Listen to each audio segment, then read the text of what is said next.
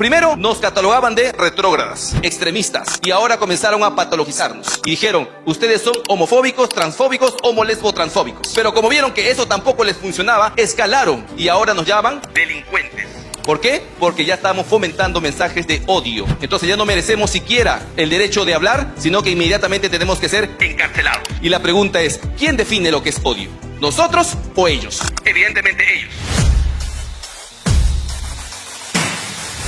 La defensa de la libertad religiosa tiene que ver también con la lucha cultural, con la lucha política. Y debo decir que es el derecho que hoy está recibiendo las amenazas de todo este sistema globalista, elitista, desde la ONU, la Corte Interamericana y la Comisión Interamericana de Derechos Humanos, que nosotros tenemos que conocer muy bien para poder enfrentar esta amenaza. Por ejemplo, aquí, los estándares interamericanos sobre la libertad de religión y creencia. Este estudio fue elaborado por la Comisión Interamericana de Derechos Humanos. Fundamento 126 dice lo siguiente: tú tienes libertad religiosa, tú puedes expresar tus ideas, tú puedes expresar tu fe, pero un momentito, hasta que no vayas en contra, de los derechos de la identidad de género y tampoco fomentes la violencia o el odio. Entonces ellos nos van a decir ahora hasta dónde llega nuestra libertad religiosa. Ahora pretenden decirnos en qué creer y cómo creer. Hoy ya no hablamos de los derechos humanos como tales. Hablamos de pseudo derechos que se visten bajo el ropaje de derechos humanos, como el derecho al aborto,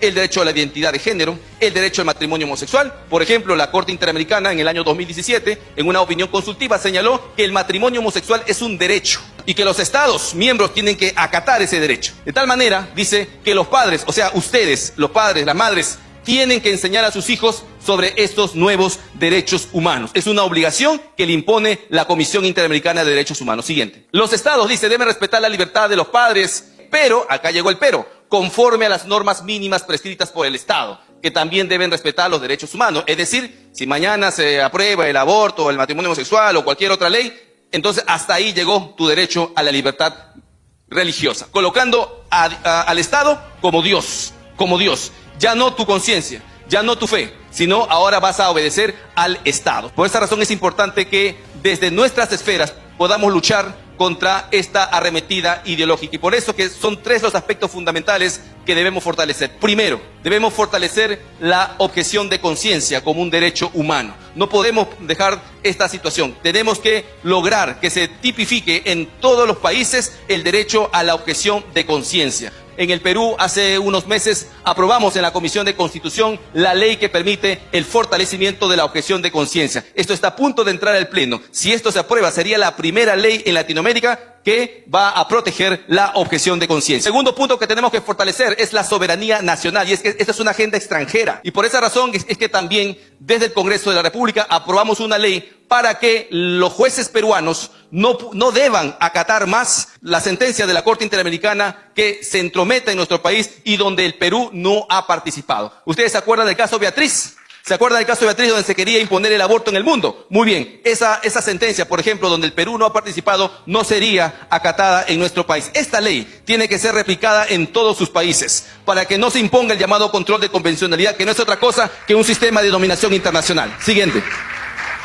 Otra cosa importante que tenemos que tomar en cuenta es la lucha contra las ONGs que llevan a cabo estas agendas ideológicas en los países y que muchas veces ponen la agenda política en nuestros países. Ya no son los partidos políticos, ahora son las ONGs. Por eso es que también tenemos que luchar contra ellas. Y en el Perú se acaba de aprobar la ley que fortalece la Agencia Peruana de Cooperación Internacional para supervisar y fiscalizar las ONGs. Hace unos días se multó por primera vez a una ONG por haber recibido más de $1 millón de la Open Society de George Soros y desperdició ese dinero, digamos, en planillas e incluso repartió el dinero a ONGs que hasta este momento no se encuentran habidas. Ese es el negocio. Allí tenemos que cortarles la cabeza porque si no, ellos van a seguir operando. Y como tercer punto, el fortalecimiento de la niñez y la familia. Sabemos que nuestras creencias, nuestras convicciones se comparten en la familia. Nosotros los trasladamos a nuestros hijos y por eso que la familia sigue y seguirá siendo el último bastión de resistencia frente a todo totalitarismo. Y los enemigos de la familia lo saben, por eso siempre se han metido en la educación, separando a los padres de la educación sexual para que sean ellos los que adoctrinen a nuestros hijos. Pero eso también tenemos que enfrentarlo.